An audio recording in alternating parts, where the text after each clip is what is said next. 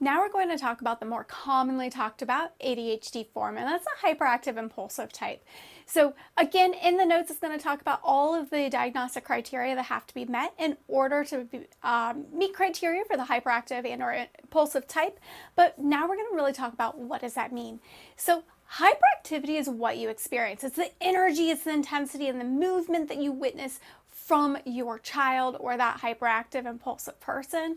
So this is the type that is frequently diagnosed at a very young age because it is so noticeable. It is causing chaos in the preschool classroom.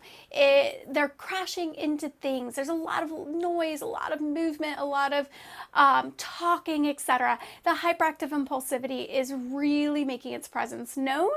And again, it's that energy, it's the intensity, it's the movement. So it's very easy to recognize when someone is experiencing the hyperactivity impulsivity presentation in its standard form.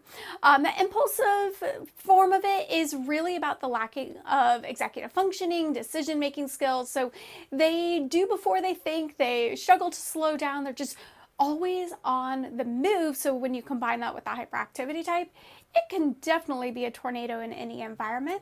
However, I want to point out it's really important to recognize that hyperactive type also has an internalized presentation, and that can be the hyperactive brain. So hyperactive of the mind is also really common. So this frequently is going to be looking like OCD or over anxious thinking, but really it is another presentation of ADHD that is very much paralleled with workaholism or perfectionism traits, or OCD as well.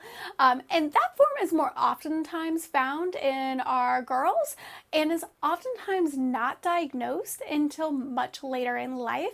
So we have our very rowdy version of hyperactive impulsivity type, and then we also have our much calmer. So on the outside, they look very collected, like they're really in a good spot, but ultimately it is masking and nothing more. They are experiencing that hyperactivity just like everyone else. They're just able to hide it a whole lot better.